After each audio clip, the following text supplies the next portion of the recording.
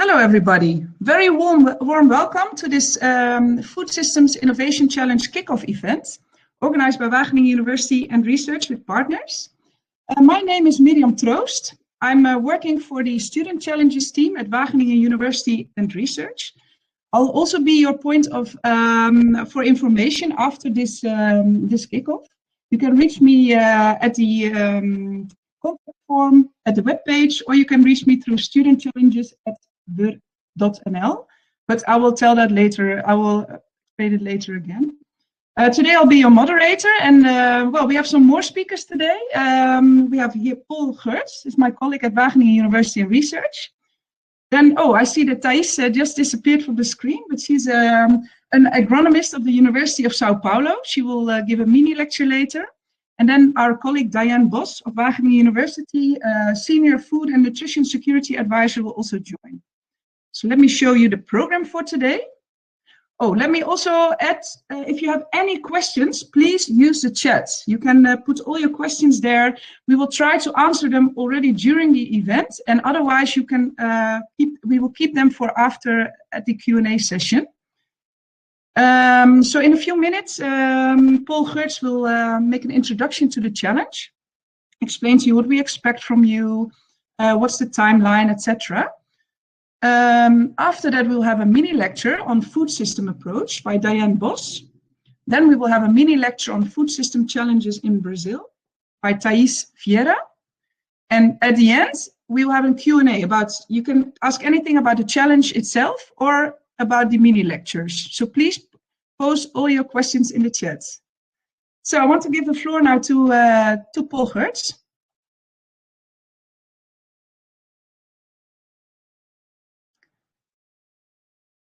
Oh, Paul, your mic is muted. Not anymore now, I hope. Thank you, Mirjam. Welcome everybody. It's great to have so many participants in this kickoff and also in the challenge. I'm going to explain a bit to you about the challenge, what is expected, and what you can expect from us.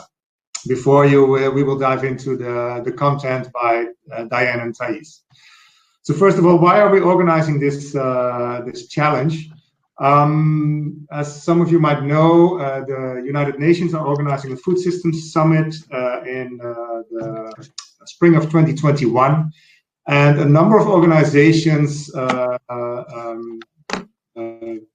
decided to organize a pre-event to prepare for that food systems summit.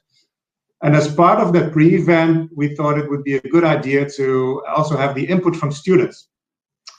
The idea is that teams from universities from all over the world work on a challenge of their choice and come up with innovative ideas and specifically calls to action to different stakeholders within the food system.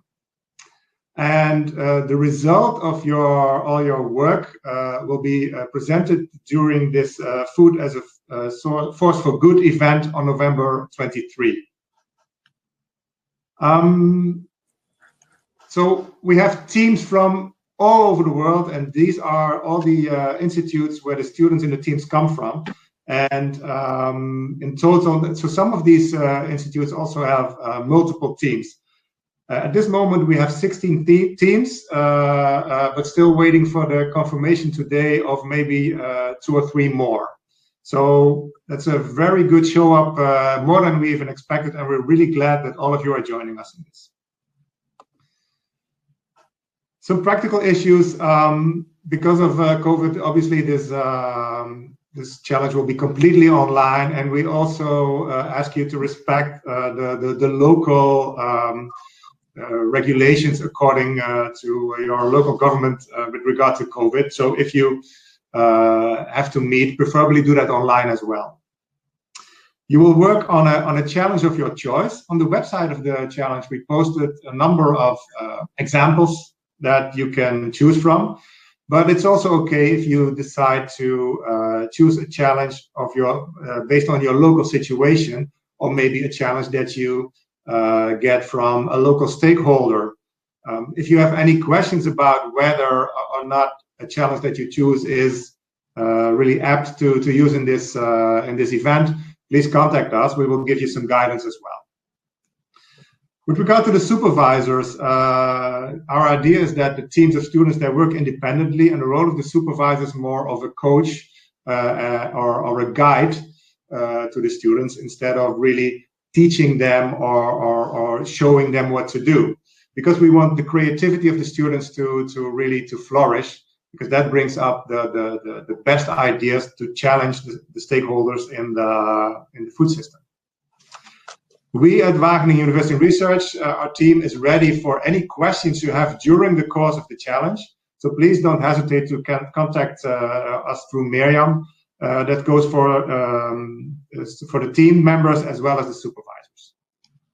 You're expected to submit a midterm report by November 4. And an expert panel from the A5 universities, that's the alliance of 5 universities, Wageningen University, UC Davis, Cornell, China Agricultural University, and the University of Sao Paulo. An expert team from those universities will give you some feedback on that midterm report. And then you have roughly a week to finish your final report in form of a video and submit it by November 16. And of course, there's a nice number of prizes to win, but I think you already knew that. So about the midterm report, we expect that to be a PowerPoint of 4 slides with the information I mentioned here on this slide. And then the expert panel will provide feedback, mainly focusing on how you describe your problem and your challenge, how innovative your idea for a solution is, the practical issues that are linked to your solution, and of course how you already have ideas about the call to action you're going to present. And the final report has to be a video, and we will publish that on YouTube to also be broadcasted during the event that I mentioned before on November 23. And here are the requirements for that video, in terms of technical requirements, but also in terms of content. As you can see, we also say it has to be in English, that is preferred, but if you're more comfortable with doing it in another language, please provide English subtitles.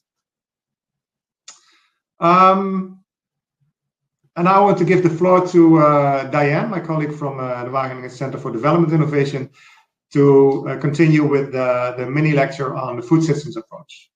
Welcome, Diane. Thank you very much, Paul. I'm very pleased to be here.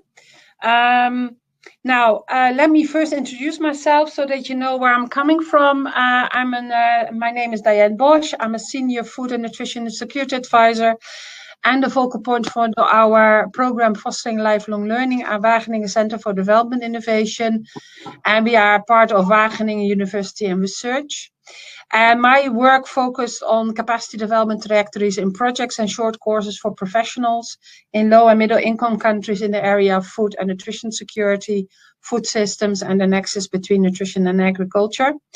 And in my lifetime, I have visited over 33 countries. I lived and also worked for several countries in Asia and Africa. So I can do my next slide. Yes. So before we start talking about a food system approach, I want you to look at these pictures. These are households in different countries. In this case, we have Mali in Ecuador with a month's worth of food supply. And this is quite important, because I think this is what their food systems are able to produce, and they are able to acquire this food for their households' dietary needs. And I have 2 more slides. One from the Netherlands, of course, because I'm talking from the Netherlands, but also from Egypt. So I try to cover different parts of the world, and you see quite a number of differences between the countries. So that means also their food systems are producing different kind of foods. And that is very important. Then if we look at, so food is one of the outcomes of food systems. Their dietary needs of households is one outcome of a food system. But of course, there are also other possibilities. Socio-economic outcomes like farm household income or living income. We're also now talking about living income. Employment, also youth employment. There's a lot of efforts and research going on in youth employment in food systems. Income for better healthcare, social capital, political capital, and human capital. All types of outcomes of food systems. Of course, we also have the environmental outcomes like the climate change, the water availability, the water quality, the biodiversity, and soil degradations. So you can look at food system from one of these perspectives, or we can also look at multiple outcomes at the same time. Like the Sustainable Development Goals. That is also the contribution to achieving the Sustainable Development Goals could also be one of the results that we want to achieve through food systems. But how do we arrive there? And what is the result at the moment of the food system we're living in? Globally, we know that more people in 2019 are undernourished, and the expectation is that that number will increase extra due to the impact of COVID-19. So what are we going to do? So several organizations and reviews in the past few years have called for a drastic food system transformation globally, but also locally. So let's have a look at a food system approach. Now, this is the slide that I like to show, because this is a visual representation of a global food system, and you can see it's very complex and very difficult to understand. And definitely, if you want to analyze it or use it for any analysis or interpretation, it's quite complex. So if we go then to the next slide, we see that we are, to make sense of complex situations, we are using a food system approach. This is mapping of the various elements in the food system and the relationship between them. This is one of the approaches. The food system approach that I'm showing here is one of the ones that is used by Wageningen University in research. And you see within the circle that there are three, the food system domains. That interact like interacting wheels. So if you turn one, the other two will turn as well. And that leads to different outcomes. And you see now in the outer circle, the goals and outcomes, and they are connected to also the Sustainable Development Goals. So you see inclusive and equal benefits, sustainability and resilience, food security, and separate therefrom is a safe and healthy diet.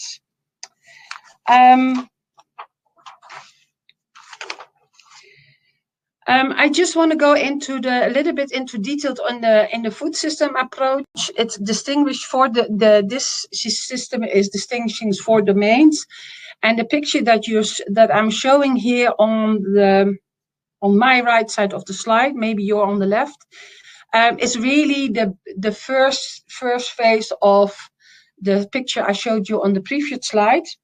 So they are the same, but it's only presented in a different way. So in the middle, in the blue middle, you see the food system supply system, which is agriculture production up to food consumption. So that is one domain. Then you have the food system activities, which are the blue boxes above and below the food systems. And these are the enabling environment, the food environment, the business services, and the consumer characteristics. And they are interacting with the food supply system, and the food supply system is interacting with these food system activities. Then the orange boxes are the social economic drivers like market, policies, science and technology, social organization, and individual factors that will interact with the food system activities.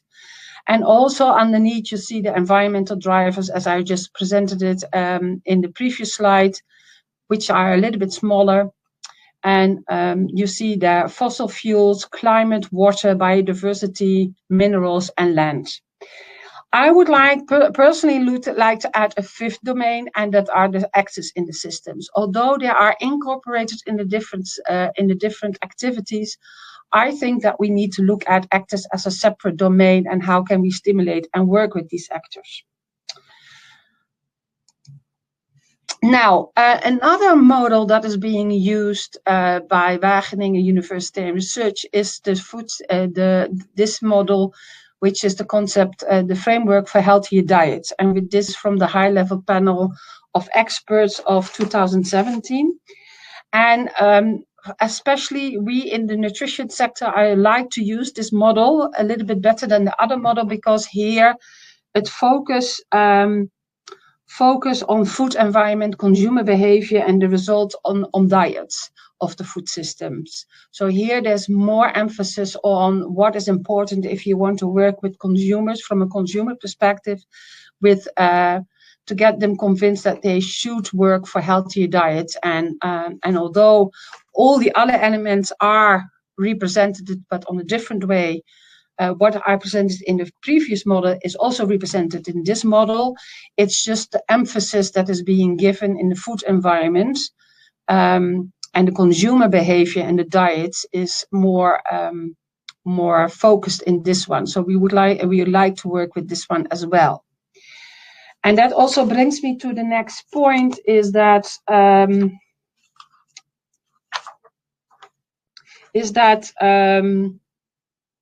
that there are different food system models, and they have work on different emphasis and different outcomes, and you need to find a model that suits you best. But you will probably see that all the models have similar domains and similar aspects, but it's just the emphasis that you have that is one model working better for your purpose than the other model. So what a food system approach also needs to consider is that, what I already said, no food system model or approach is perfect. So it really needs to serve your purpose. But you need to consider do no harm and leave no one behind. So as I already said, if you turn on one knot in the food system, it can do harm in another part of the food system. So you really need to think about these issues. And for a global food system transformation, we need all the actors on board. And how are we going to do that? So that's a big question. That's a big challenge. How do we get everybody on board that needs to be on board to change the food system? And in the presentation after us, we will get to some specific challenges that Brazil is facing with the food systems.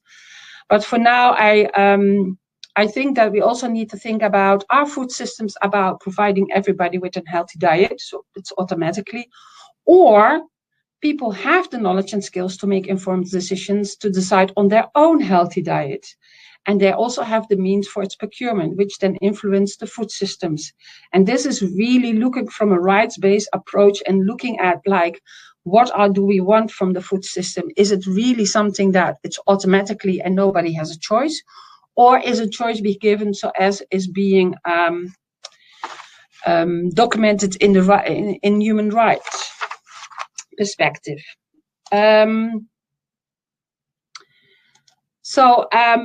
I think this is my last slide. Challenges to transform the global food systems. What do we need to change in the food system to generate the desired income? For me personally, as a food and nutrition security officer, I would like to see a healthy diet within the planetary boundaries. But for others, it will be resilience or economic growth. Would this be, so the other thing is the transformation, would this be on global level, or do we want to change local food systems and then slowly move to global level?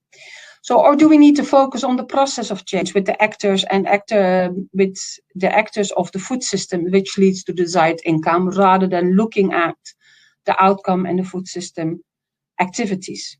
If so, how are we going to do this? This is a discussion that we have within the organization. No, we need to look at the processes. No, we want to look at the outcomes. So these are all challenges that I want to give you, that you some food for thought when you are engaging in this challenge, that it's very complex, and there is and you are being challenged to come up with some interesting innovations. So I think for me that's The last remark do I have, keep in mind systems are not static and they move. So if you move one thing in the system, probably other parts of the system will move, and that might not be the desired outcome that you wish. So keep that in mind. So I think my time is up, and I hand it back to Paul for the next presenter. So thank you very much.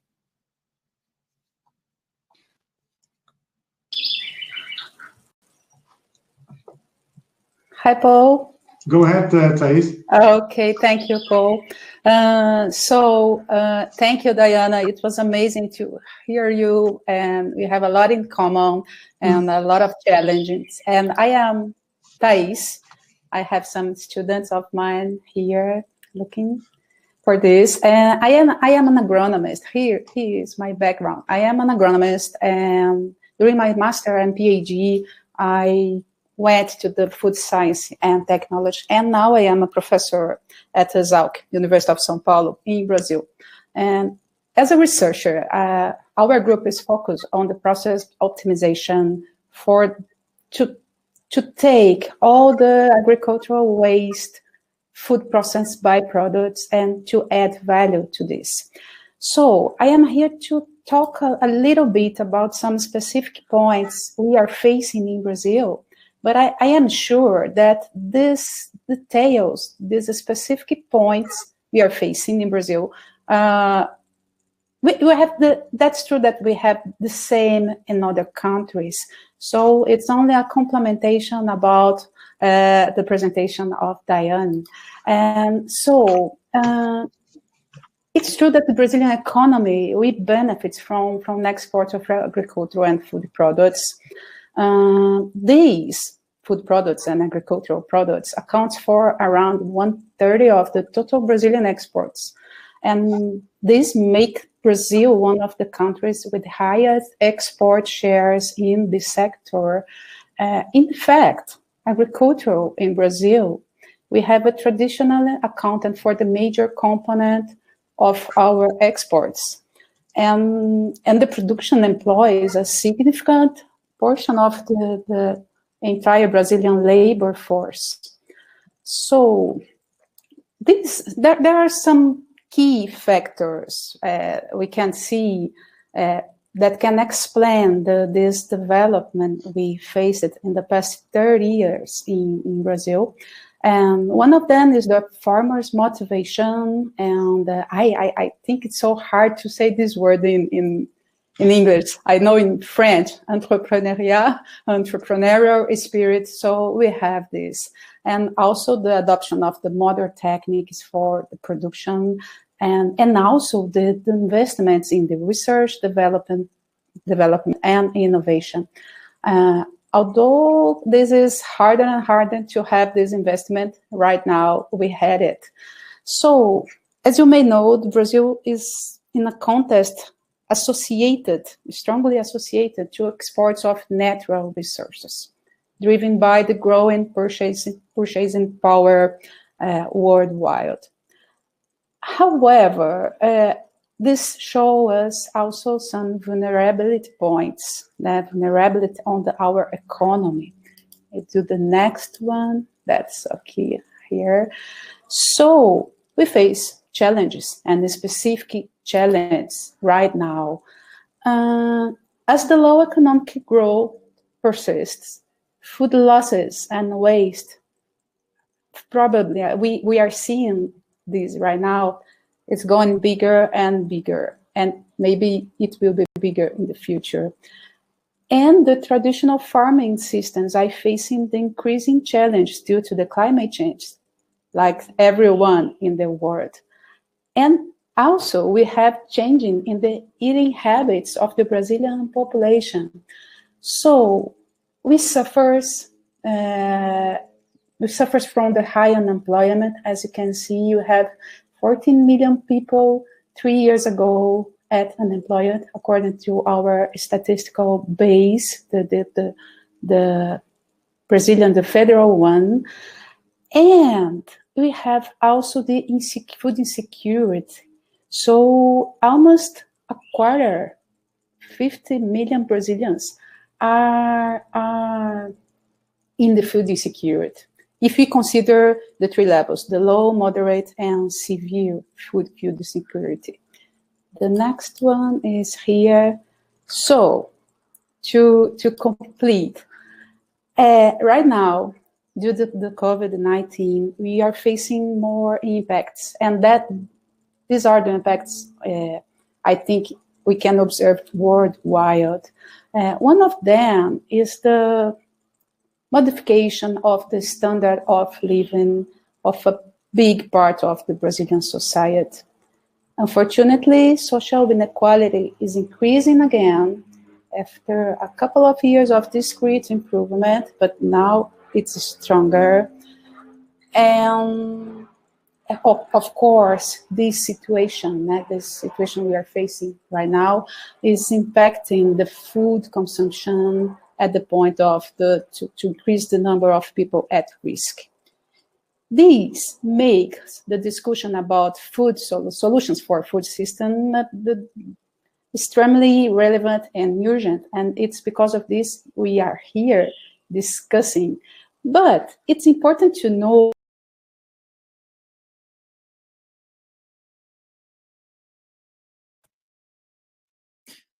I believe that Thais has some trouble with her Wi-Fi. Hope she will return very quickly. Yeah, she joined again, so I will leave again. Sorry, guys. My internet has... Okay. Now, are you hearing me? Okay. Sorry for this. It was I was out. So I was here, yes, about the discussion. But it's important to know that some of the changes we are facing now, this behavior changing and the result of challenges are not unexpected. If we evaluated next, okay, if we evaluated some global trends for from the agencies, international agencies worldwide, we can see that many changes in behavior were only brought forward by the effects of the COVID-19. Some examples are here. We have this Euromonitor 2020 preview trends, and we can see in the boxes the need, in the first boxes, the need for more digital interaction, new ways of mobility, the need for greater inclusion, but also the inclusion, but with personalized service and the significance of mental health going up. And besides, of course, all the concerns about the environmental and social impacts, and also their influence on the production chains. An example is here. I like it very much. This one, this proudly local going global. The importance, this approach shows us the importance of local actions in the world with more and more interactions. So in the next slide, I took some sentence from this. Sorry, Fernanda, if you are here. It's our undergrad food sciences students, and she saw this in my classes. But it's nice to see that many of the challenges we are facing right now, we could expect it from them. And this local going global, it's an amazing approach, I think. So to finally end like this, after Diana presentation, we have a lot of models. We don't have one perfect model for these food systems, but we will all work on a project to find the solution for one or more problems. And as a professor at Exalc in food development course, undergrad course, I would like to talk only a little bit about the importance of this initial phase of a proposal that brings a solution to our great challenges. So we have some three schemes here. I like a lot this 30. because I think it's a real life view of the development process. It shows us the importance of a broad vision, starting from problems, the ideas, these green points in the center, and also this model don't show us a linear flow, and this is real life. And this initial phase, maybe I have it in this next slide. In this initial phase, you can use a lot of tools, different tools, to help us as a group, as a team, to have this important vision about the problem and the people. So the initial phase for every development project, the project having the aim to solving problems, goes through the phases of divergence, as proposed by this famous double diamond from Stanford, and above all, the empathy. So this canvas from Strategizer, I like it very much. So the solutions are for people. So we need to understand their needs, their problems, and their wishes. So I am sure that great ideas will be present from the groups.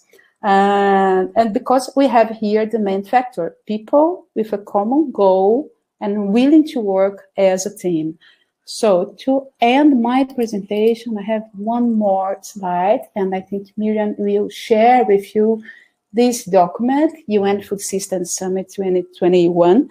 And here we have a word cloud from this document. So we can see the food system in the center, but also all the other, we can see the complexity of the food system approach to improve and to bring solutions for people. So we have the nutrition, it's very important, education, environment, security, production, hunger, inclusion, sustainability, consumption, the human being in the center, human right, word, culture, and of course, transformation and economy. And take a look at this word, transformation, because without transformation, we can't go anywhere we are expecting to go. So I think it's this for now. And Miriam and Paul and Diana, if you can talk a little bit more or solve doubts. Thank you. Yes, we are back. Thank you so much, Thais, and also Diane. So we have come to the session where everybody can also participate. Ask your questions in the chat. I saw some already entering. In the meantime, I wanted to also show you, I want to give you an invitation to a symposium that Wageningen University and Research is organizing on the 2nd, 3rd, and 4th of November. It's called the Dutch Agriculture, European Policies and Global Food Systems Transitions. There are 3 lunch seminars, and with closing remarks also from our president of the board of directors, Luis Fresco. I talked to the organizers, and they are very happy to have students participate. So this is really a warm welcome to participate. I will send it. Also, I will send you an email after this event, and I will also post the link again. But you can already click on the button if you want. So this is, I think we are coming, we came to the end of the mini lectures and also the explanation of the challenge. So for now, any questions, please keep on typing. But in the meantime, I will, we have one question here for Diane. Diane, in your opinion, who, if there is one, is the most influential stakeholder within a food system? In other words, where does the power sit? That's a very good question. Yeah. It all depends on which food system approach you're using. I think the power should lie with consumers, because they, in the end, they need to eat the food and they need to make the decision what to buy because it's their livelihoods. But in real life, it's not always the case. I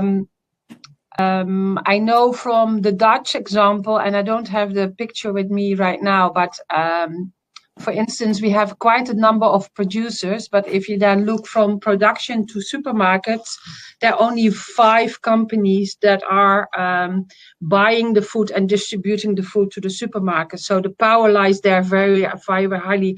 I can look up the picture that I have and send it to the team for you to see. So where does the power lie? The power should lie with the consumers and the farm and the consumers, in my opinion, but often it does not lie there because there is so much. It's a very complex process, and I don't think there's one answer. Maybe Thais can say what she sees in Brazil, where the power lies in the food system. Yeah, thank you, Diana. I agree with you. I think the consumer is the powerful force in these systems. But for sure, depends on the money, the economy, the social structure. We have difference, and sometimes in the poor country, like we are going now, the consumer have no choice. So, and that in the industry and the food processing assumes an important place in this system. And we were talking about labeling yesterday, Monday, mm-hmm. And the difference that Diana showed us, because in Brazil we have a new labeling law now.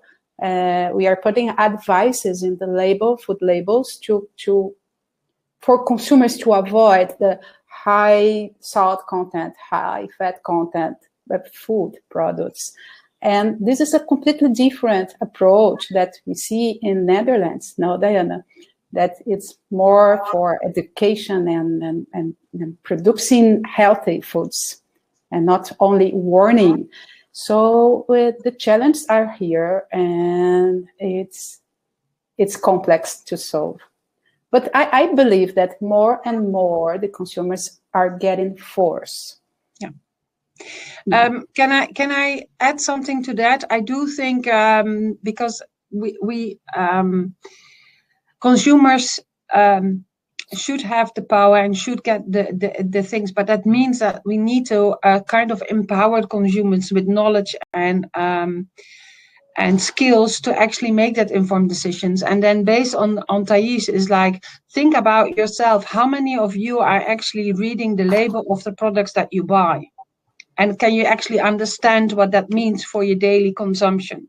So that's a question that I would like to give you back, because I think that's really the case. How many of you are being taught to read the labels and be able to understand what a high fat content is or a high sugar content?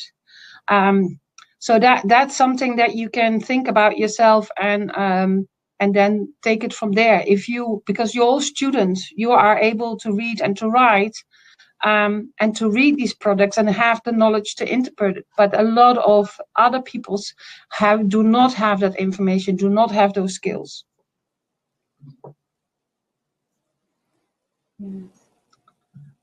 So thank you very much. Are there any other questions for our lecturers? I didn't see any in the chat anymore. Maybe Diane, maybe you have another question for Thais or vice versa? As colleagues? Yes, colleagues, yes. It's getting the Fernanda question that Paul answered about the relation between COVID. A question by Fernanda about whether the solutions that the teams present have to be connected to the coronavirus crisis. No, not necessarily. But of course, it's very topical at this moment. And this crisis also shows the vulnerability of some food systems. So you could, of course, choose that as an angle to look at the food system. But you're also free to look at there's no specific link to the coronavirus crisis needed. No. Yes, and Paul, and if you think the trends, the Midterm Euromonitor trends that I present only one example, we clearly can see that we only anticipated some things, that we are going through these new models too. And of course, in the different countries, they have different impacts. But most of the changes we are facing right now, they were going to this, no? So, Fernanda, I think you can work on both. Yes. Yeah. Yes. I think maybe the Corona crisis speeded up some of the developments that were already set in motion. Yeah, and for sure that the trends are nothing but the reflects of the society. So it's a good way to see. Yeah, and I think what you can also think about how does the situation at the moment influence the food systems globally, but also locally, and that is that then something that you need to consider or not?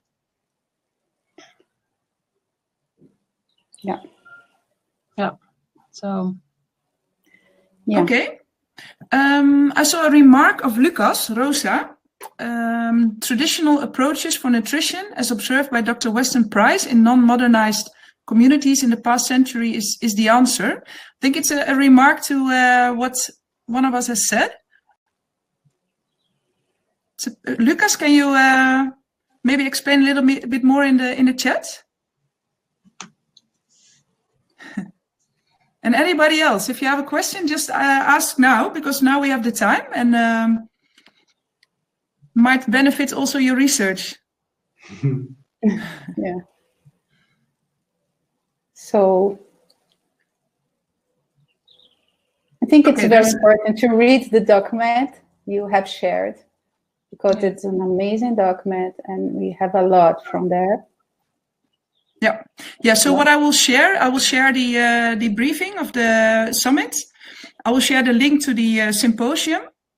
I will share the link to this recording, and I will also share maybe the PowerPoint that we just gave, so you can read it, and so everybody will receive an email, every team member. In the meantime, we have a question of Annelies. Hi, should our proposed innovation be something completely new in the field, or should it be something that, in our opinion, deserves more attention in this food system debate? That's a good question. Yeah. Can I answer that, Maya? Yeah, please. Yeah, I think both are okay, Annelies. If you come up with a completely new innovation, that's great. But if you as students have some opinions about how things are going now and what different stakeholders are doing in tackling some problems, and you have an opinion like it should be different or deserve more attention, please do so. But because that's the whole goal of this challenge, and your input for the pre-event to the Food Systems Summit in November. So please challenge the stakeholders in the food system, be it the producers, the policymakers, the companies in the food system, the scientists, education. That's the idea. I would like to say something about Lucas' remarks. Traditional approaches for nutrition.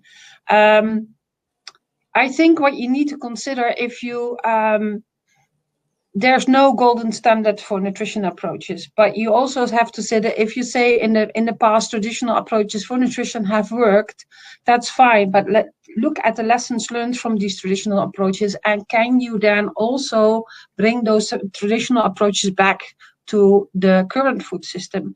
Because over time, systems change. So what might have worked in the past might not per se be applicable to the present, but it could also be that it's still very applicable to the present. So there's no one answer. You really need to look at it, what it was and how people perceive it, because we have different people now in the food system than we had traditionally before. We changed people. So that's what I wanted to ask. Okay. Yeah, I would like to comment to the question of Manuela Santos. Is the innovation supposed to be a business, or may it be a public policy proposition and an education product, an event, or something else? Well, the short answer is it may. All of those are good. Again, it's about what you think should be changed in the food system, and what can also disrupt some things for the good. So if that would be educate students in a different way about food systems, or if that would be a business model, if you want to set up a business afterwards, of course, all of that, those are good. And there's no, the expert panel will not look at it in that way, like, oh, this is a business model, so this is better or something. No, it's about how you creatively think about challenging and changing the food system. Yes. And thinking about people needs. And think about people's needs. Always, yeah. So for your information, the audience on November 23 and 24 will be representatives from very different types of organizations, including the World Economic Forum, but also a lot of private companies, universities, NGOs. So it will be a very diverse audience. But there will all be like people with some sort of influential role within the food systems. So this is your opportunity, students, to let them hear your voice. Yeah. Yeah, thank you, Paul. I think that's a great closing remark. That was not my intention. You stole it from me, but yeah, I want to thank our lecturers, Diane, Thais, for their and great sorry for lecture. missing a part. Yes. No, but it was very short, so that's not a problem. And I think we are used to it lately with all these webinars. Yeah, so we are looking forward to your products. And if you have any questions, don't hesitate to contact me at studentchallenges@wurd.nl, and we'll be quick in answering. And also that counts also for the supervisors. And well, thank you for your attention. Yeah. Thank you all. You're very welcome. Good luck. Good luck. Good luck, everybody. Good luck and bye. Bye.